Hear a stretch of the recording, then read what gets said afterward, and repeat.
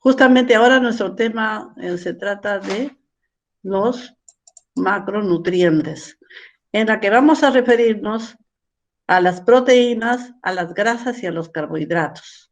Vamos a definir entonces qué se entienden por macronutrientes, ¿no? Acá nos dicen son los carbohidratos, las proteínas, las grasas, que se consumen en cantidades relativamente grandes, aparentemente grandes, porque se expresan en gramos.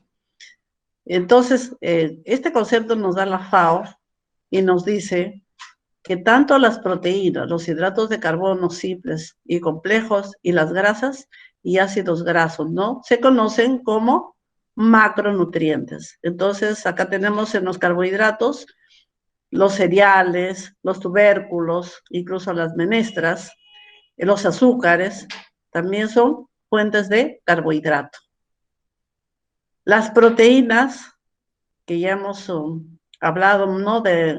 Para que sea una alimentación balanceada debe haber alguna fuente proteica, ¿no? Leche, carne, huevos, o también la menestra, ¿no? Que tiene doble papel. Tiene proteínas y tiene carbohidratos. Y la importancia de las grasas. Pero qué importantes son las grasas vegetales en nuestra alimentación. Últimamente se viene muchas veces en nuestra alimentación abusando de las grasas trans, de las grasas saturadas, se puede decir, que vienen a veces en frituras. ¿Qué se entiende entonces por proteínas? No tanto que quiero complicarles, pero ¿qué es la proteína? Es un conjunto de aminoácidos. Los aminoácidos son los componentes de una proteína, ¿no? Se dice que el organismo necesita de un promedio de 20 aminoácidos, pero 8 a 9 aminoácidos no lo puede sintetizar nuestro cuerpo. Necesariamente hay que llevarlo de la dieta. ¿Y en qué alimentos vamos a encontrar los aminoácidos esenciales? De preferencia lo vamos a encontrar en los alimentos de origen animal. ¿Y qué es lo que pasa cuando en la alimentación no hay ningún alimento de origen animal? Va a haber deficiencia de algún aminoácido y por tanto no va a poder elaborar una buena estructura el organismo humano, ¿no? Entonces ahí miren solamente que falte una proteína en un aminoácido en el cuerpo, ya no se va a poder sintetizar. Es todo o nada. Entonces necesitamos necesariamente los aminoácidos esenciales.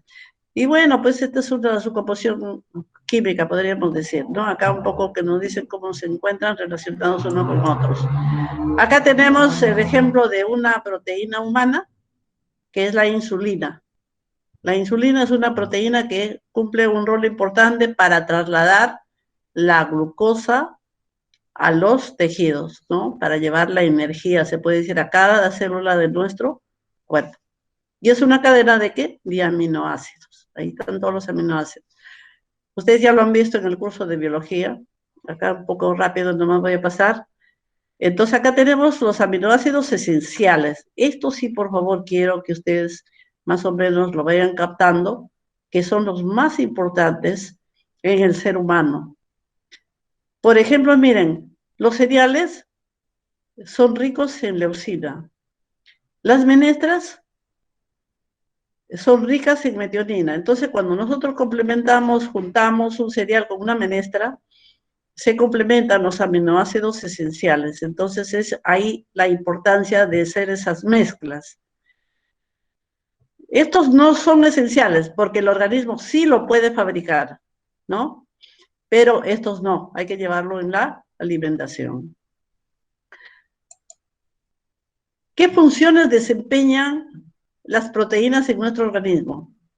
Prácticamente van a desempeñar las funciones más importantes en nuestro cuerpo. Por ejemplo, una función estructural, como en el caso del colágeno, y que va a servir para formar los huesos, y entonces incluso va a estar a nivel de cartílagos, etcétera, ¿no? Miren, entonces acá tenemos las principales funciones, que son algunas funciones, porque hay muchas más, y a ejemplo de esa función, ¿quiénes lo van a cumplir? Por ejemplo, acá nos dicen de la biocatálisis. Ejemplo, las enzimas digestivas, la tialina, que va a servir, ¿no? La amilasa pancreática, por ejemplo, que se produce en el páncreas, que ayuda a terminar la digestión de los carbohidratos. Tenemos también las enzimas que van a ayudar en la digestión de las proteínas, por ejemplo, en el estómago. Se van a descomponer el bocado de carne o de menestra que he llevado, que tiene proteínas, se va a descomponer en dipéptidos y tripéptidos, es decir, o también algunos aminoácidos, en partículas lo más sencillamente posibles, ¿no? Para que se pueda pasar a través de la sangre y ahí luego ya incorporarse a las células. Defensa. Tenemos ahí las inmunoglobulinas, ahora que nos están hablando mucho de nuestro sistema defensivo, ¿no? Que nosotros tenemos que alimentarnos bien, con una dieta rica en antioxidantes y también tiene que ser proteínas para tener un buen sistema defensivo, ¿no? Nuestras inmunoglobulinas estén en buen estado, se puede decir. Actividad hormonal, las hormonas que van a diferenciar al hombre de la mujer, hormonas que algunas, por ejemplo, se incrementan, ya sabemos en la etapa tan importante que es el embarazo, se van a incrementar, o en la etapa de la lactancia, ¿no? Como la oxitocina, que es una hormona que contribuye a la producción de la leche materna. Neurotransmisión, que tiene que ver con el sistema nervioso, ¿no? Ahí tenemos los neuropéptidos, de reconocimiento, que van a reconocer posiblemente algunos microorganismos, o sea, ¿no? O algunas funciones del cuerpo. Genética, el ADN, formando el ADN. Estructurales, el colágeno. La contracción muscular, tenemos lo que tiene que ver con los músculos, ¿no? La actina y la miosina. Transporte, la hemoglobina, que es una proteína que va a servir para trasladar el oxígeno a la célula a través de la hemoglobina, con el apoyo de la hemoglobina y los citocromos. Almacenamiento también se va a almacenar en el hígado. Por ejemplo, el hígado es un laboratorio de hierro. Es un laboratorio, se puede decir, donde se sintetizan casi muchas proteínas y se guardan, o muchas enzimas. Cuando el hígado está mal, ahí es un problema, porque va a haber deficiencia de vitaminas liposolubles e hidrosolubles. Todas las vitaminas del complejo B tiene el hígado. El hígado no es tan agradable como alimento, pero en el hígado se guarda todo, ¿no? Entonces es importante, por ejemplo, en nuestros niños en edad de crecimiento, incluirle en sus papillas o en su comida el hígado. Incluso para el grande, ¿no? Comer nosotros por lo menos aunque sea una vez a la semana. Tiene proteínas y también tiene hierro y otros micronutrientes. Regulador osmótico, es decir, que va a través de las albúminas, va a controlar el balance del agua. Otras funciones importantes. Tenemos acá, ya en síntesis podríamos decir, las principales funciones de las proteínas en el cuerpo humano a nivel enzimático. También pueden producir energía. Miren, por ejemplo, en el caso del marasmo, ese niño que es solamente huesito y pellejito, que está tan desnutrido, que come de su propia carne. Es decir, si le falta energía, puede ir a su corazón, puede ir a su riñón. Hay como un autocanibalismo. Entonces, por eso que ya estas patologías graves, que son el marasmo y el kwashiorkor, producen daños irreversibles. Tú puedes alimentarlo bien y ya luego recuperará su peso, puedes recuperar su talla, pero ya los daños que se hicieron a nivel cerebral ya no los recuperas, es irreversible. Entonces, de ahí la importancia de la alimentación del menor de 5 años. A nivel de transporte, como hemos visto, la hemoglobina y la respuesta inmune y el equilibrio ácido-base. Y también para el crecimiento, ¿no? Para la formación de, cuando el niño está creciendo, su cuerpito, etc. Es decir, que cumplen una función muy importante las proteínas, pero necesitan los aminoácidos esenciales, y recuerden. ¿Y dónde están los aminoácidos esenciales? De preferencia están en los alimentos de origen animal, en los lácteos, en la leche, en la carne, en los huevos, en las vísceras. Acá un poco he considerado algunos alimentos, porque hay muchos. Tenemos la leche materna, que es el principal alimento y el que tenemos que promocionarlo, su utilización y su consumo.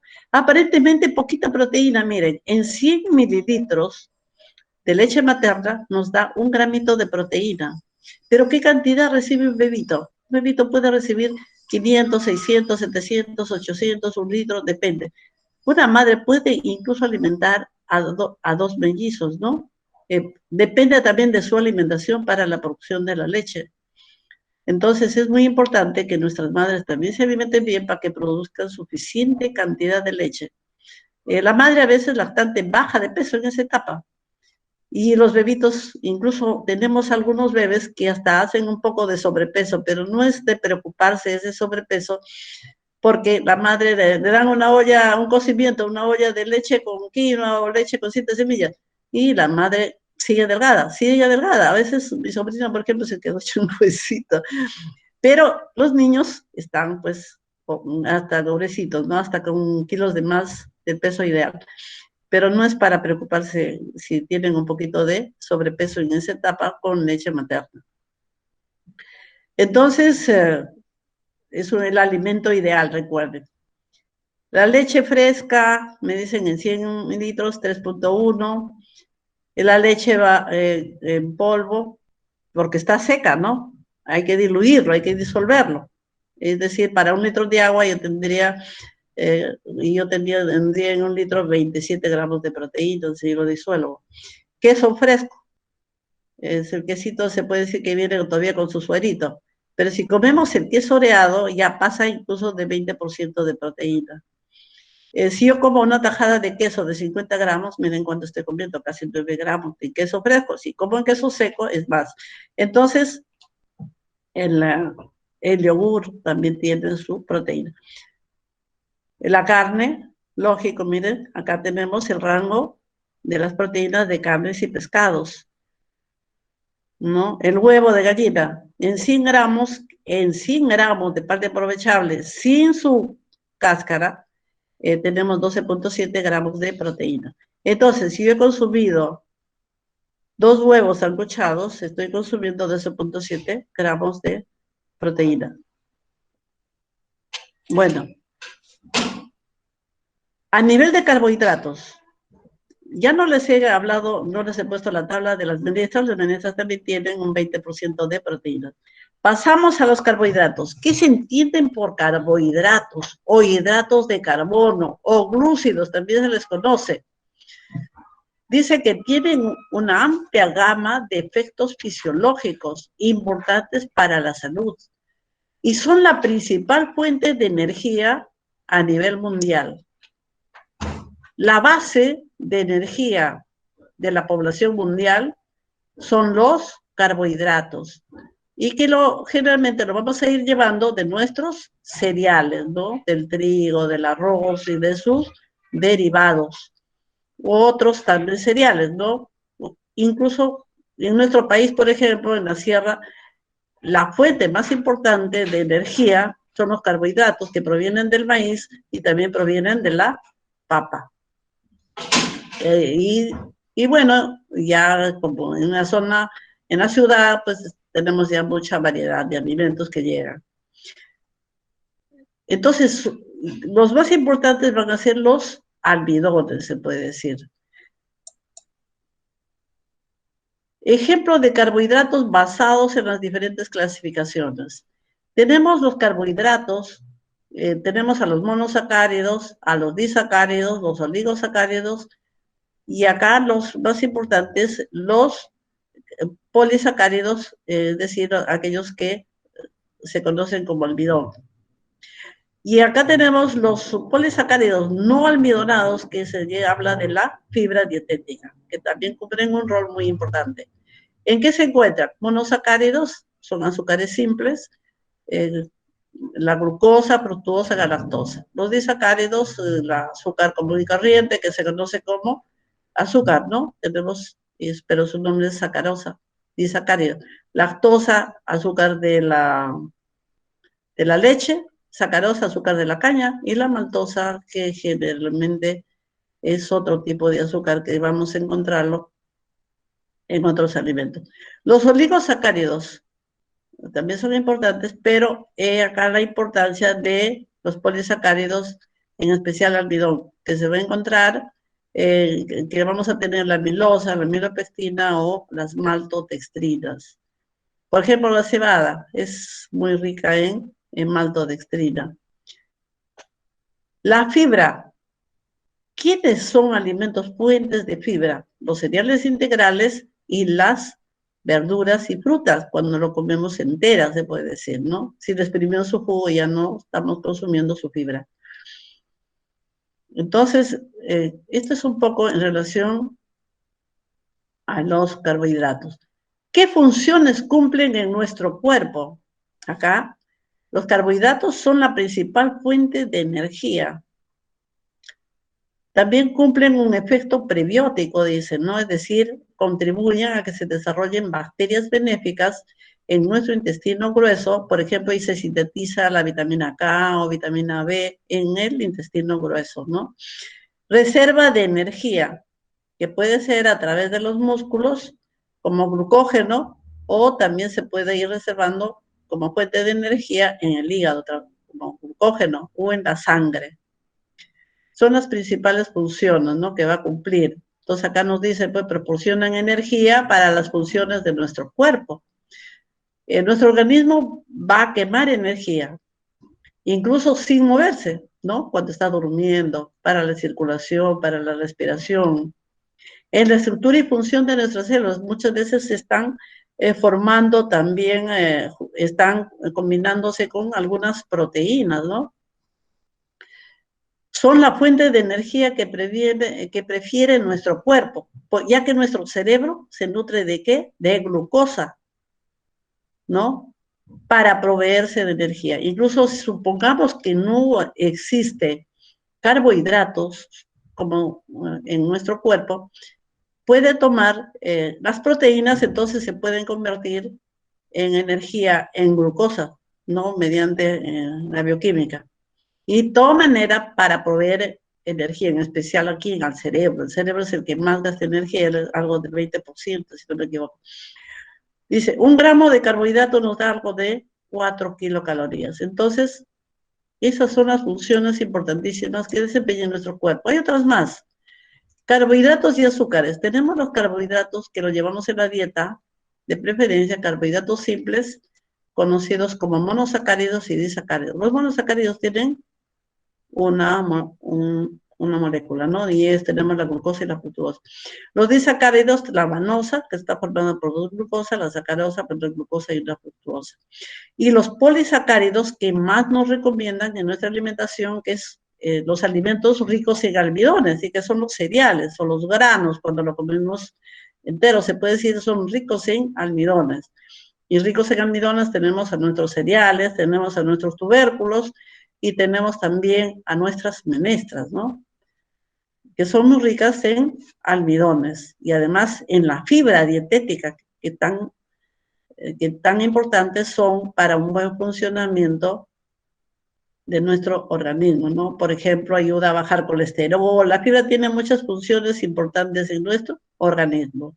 He ahí la importancia de la fibra dietética que nos aportan las frutas cuando lo comemos enteras y las verduras, ¿no?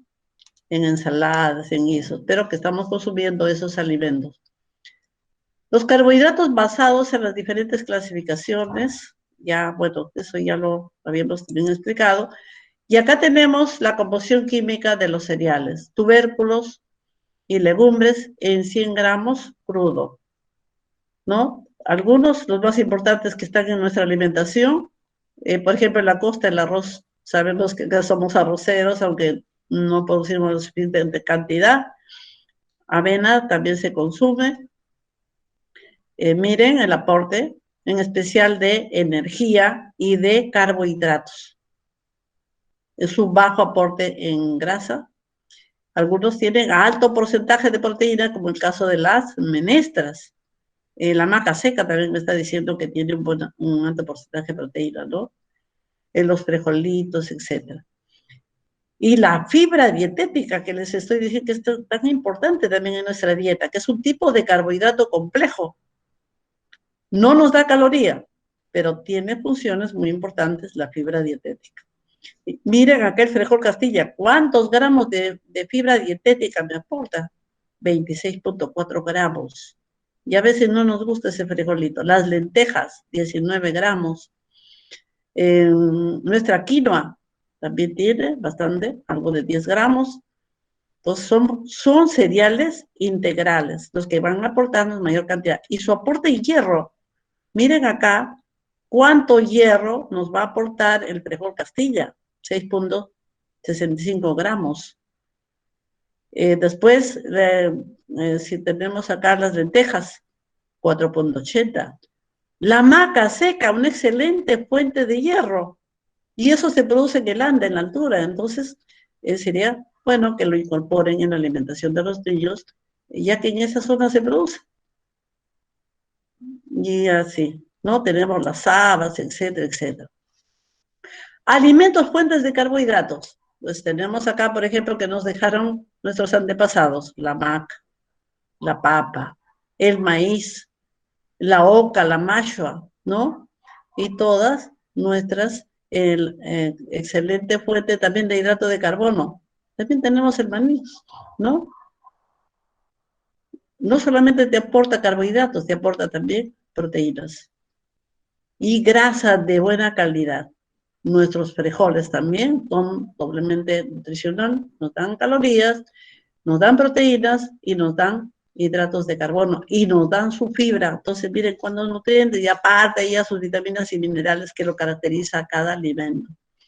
Entonces, los alimentos fuentes de carbohidrato, en prioridad tenemos los cereales. ¿Y cuáles de preferencia debemos darle importancia?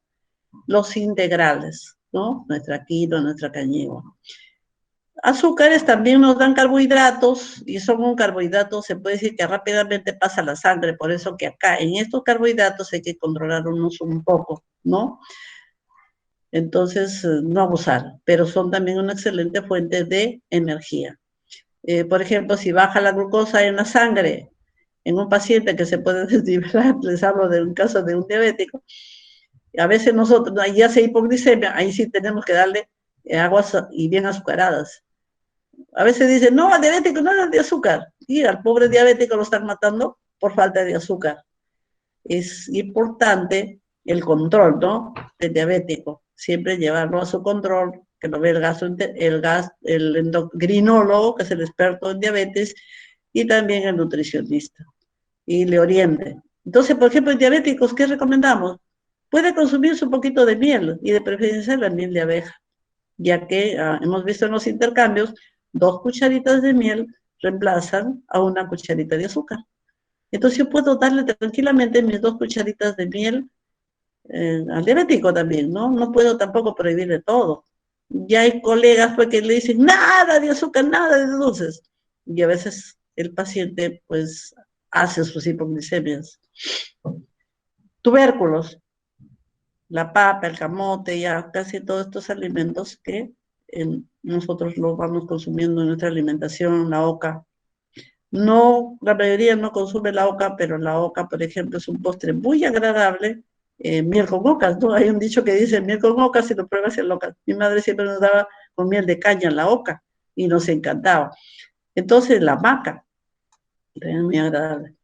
Nuestras legumbres, todo lo que son menestras, sean frescas o sean secas, una excelente fuente de hidratos de carbono y además proteínas. Recuerden esto.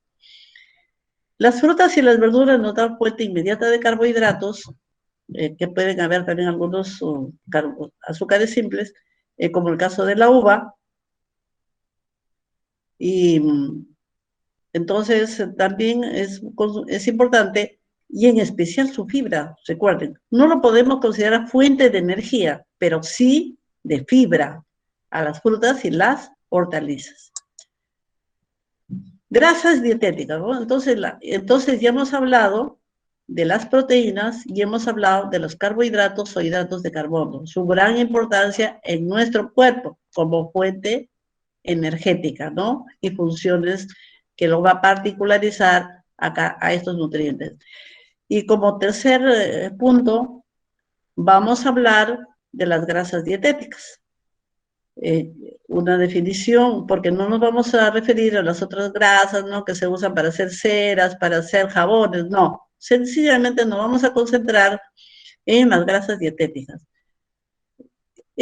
¿Cómo nos define la FAO? Grasas dietéticas nos dice son todas las grasas y aceites comestibles, ya sea de origen animal o vegetal. Consisten principalmente en triglicéridos que pueden dividirse en glicerol y cadenas de carbono, hidrógeno y oxígeno. Nosotros somos pura bioquímica, continuamente se realizan muchas reacciones bioquímicas en nuestro organismo, denominados, ¿no? A esto se conoce como ácidos grasos. Los ácidos grasos constituyen, dice, el principal componente de estos lípidos, y son necesarios como fuente de energía y para actividades metabólicas y estructurales. Por ejemplo, a veces dice, el colesterol es malo. No, va formando también estructura de nuestro cuerpo, en especial los fosfolípidos, ¿no? Que sirven para nuestro cerebro. Por ejemplo, la yema de huevo es rica en fosfolípidos, es rica en vitamina A. Entonces, esos fosfolípidos tienen que ver con las funciones importantes que va a desarrollar el cerebro. Por eso que ya en las papillas, a los 6 meses, nosotros incorporamos la yema de huevo. Media yema de huevo, una media cuchara de papa, una cuchara de zapallo, lo aplastas con una cucharita de aceite de oliva y haces su primera papilla de los bebés. O también coges una cuchara de hígado, una cuchara de, ¿cómo nos puede decir?, de camote, y una cuchara de zapallito o zanahoria y bien aplastadito y su cucharita de aceite de oliva, tienes otra papilla. Las papillas para iniciar, ¿no? Entonces, siempre la papilla que iniciamos de alimentación recomiendan 2 a 3 cucharas soperas, poquito. Al inicio va a comer poquito el bebé y poco a poco vamos aumentando. Y al año debe llegar a una taza de comida. Los principales fuentes de ácidos grasos, he ahí, que me voy a retener acá, el omega 3 y el omega 6, que se conocen así por el doble enlace que está en su carbono 3 o en el carbono 6. Son aceites de pescado y los aceites vegetales respectivamente. Entonces acá tenemos los alimentos fuentes de omega 3. Miren la yema de huevo, también es fuente de omega 3. Entonces no tenemos que escandalizarnos con las yemas de huevo. Hay que darle a nuestros niños y hay que comer también los adultos, ¿no? Solamente en qué caso podemos quitar temporalmente si hay problemas de colesterol elevado en sangre, ¿no? Este alimento que está olvidado y que no le damos importancia, la linaza, es una excelente fuente de omega 3. Miren, estos ácidos grasos esenciales, omega 3 y omega 6, no se sintetizan en el organismo, así como les hablé de los ácidos, de los aminoácidos esenciales, ¿no? Que forman las proteínas, que no los sintetiza nuestro organismo, tampoco nuestro organismo va a poder sintetizar estos ácidos grasos esenciales y necesariamente tenemos que llevarlo de los alimentos. Entonces, vamos, miren acá la linaza, una excelente fuente de omega 3. Y nosotros tenemos ese problema como alimento fuente del omega 3. Muchas veces no comemos todos los días ni pescado, ni aceituna, ni palta, y menos aún este alimento olvidado que tomamos solamente el mucílago, se puede decir el agüita, el emoliente. Entonces, el omega 3 está se puede decir, en la pepita, ¿no? En el granito. Si nosotros licuamos a la linaza, que después que hemos hecho nuestra agüita, nuestra molienda, va a salir un producto blanquecino. Ustedes conocen su linaza, ahora para el frío, que se recomienda un poco de molienda, y esa pepita lícuenlo y van a ver que sale un color lechoso, súper nutritivo. Lo pueden, si quieren, combinar con leche o si no, así nada más. Y denle a sus niños y coman ustedes también. O háganse también la linaza en un poco de machica. Tiene un poquito de toxina, pero que cuando nosotros lo hervimos con olla destapada o lo tostamos en el humo, se va a evaporar. pero tampoco no tenemos que abusar, ¿ya?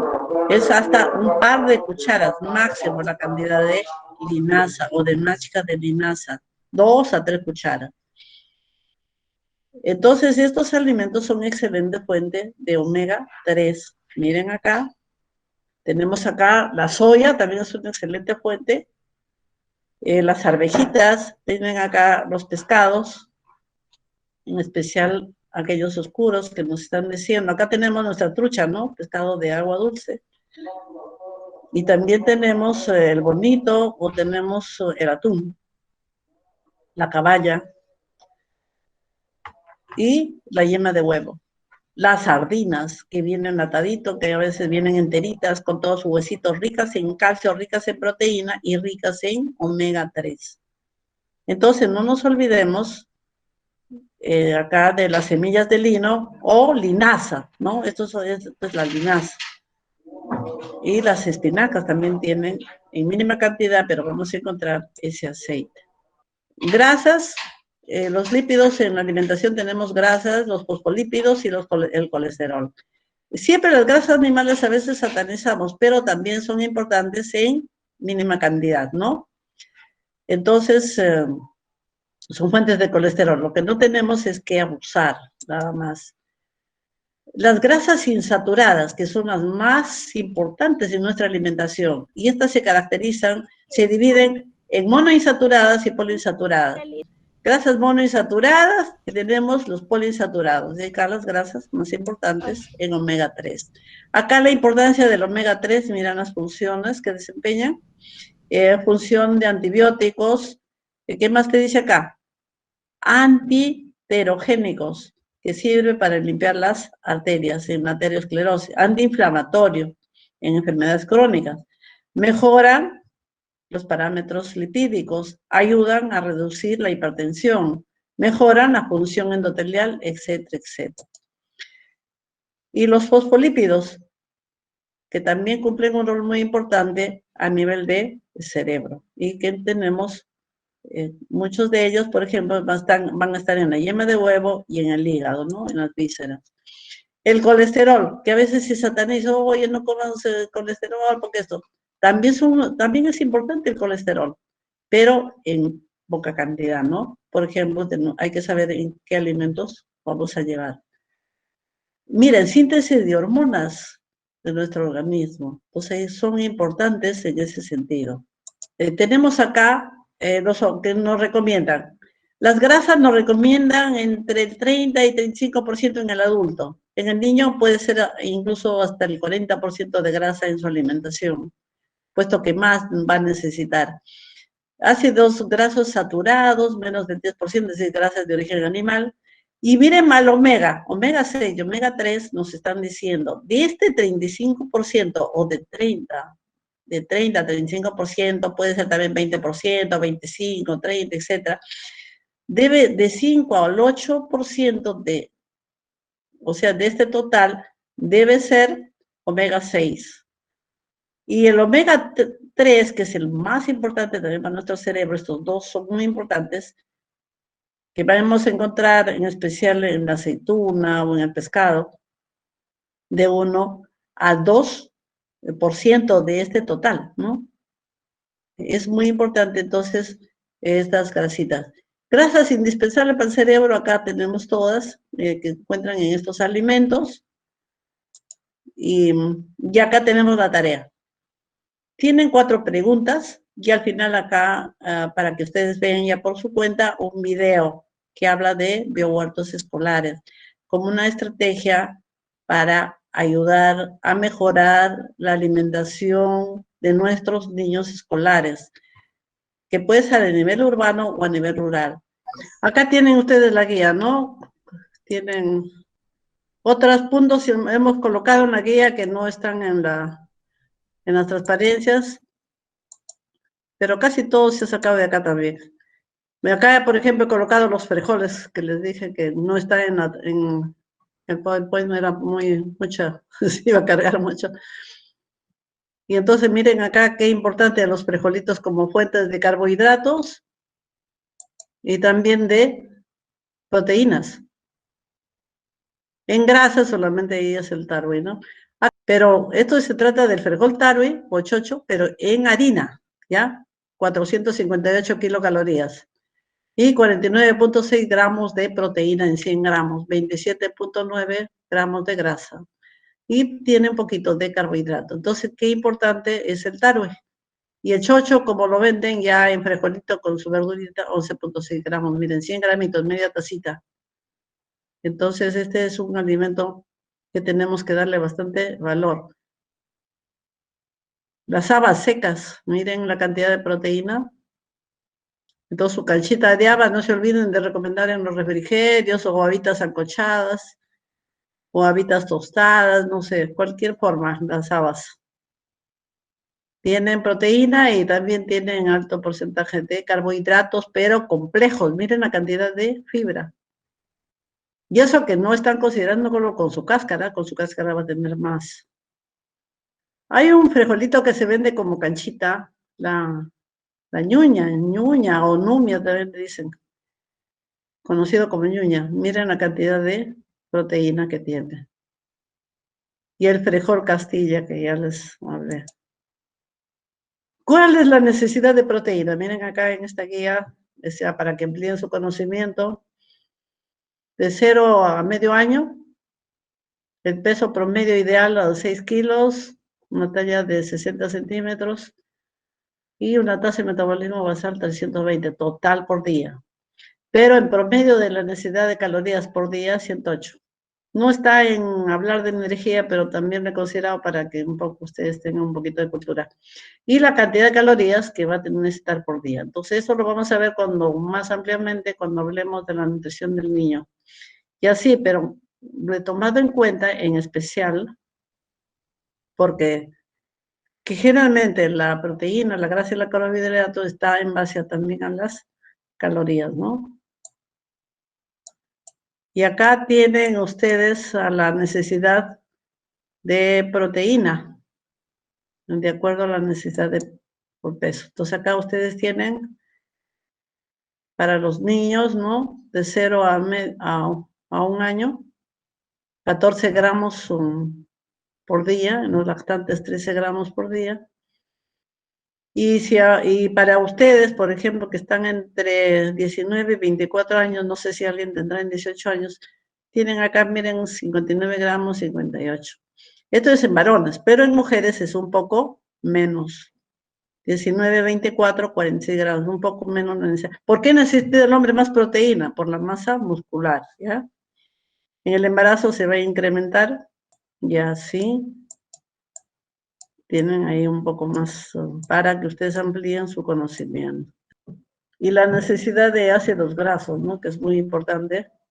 En especial, por ejemplo, si nosotros decimos ya, una dama necesita 2000 calorías, te dicen grasas, puedes considerar, miren acá, de acuerdo a las edades, tenemos acá los adultos, de 45 a 65% en la distribución calórica total. En relación a, estamos hablando a los carbohidratos. Y las proteínas de 10 a 35%. Antes se hablaba del 10 al 15%, ¿no? Ahora miren, hasta el 35%. Es decir, que no hay problema si consumimos alta cantidad de proteína. ¿Quiénes necesitan más proteína? Los deportistas, los pacientes, pero también uno cualquier día común y corriente, cuando comemos, por ejemplo, un arrocito, un frijolito y encima su pescado o un pedazo de hígado, pues estamos comiendo una dieta hiperproteica que tiene buena cantidad de proteínas y podemos quizá pasar del 20%.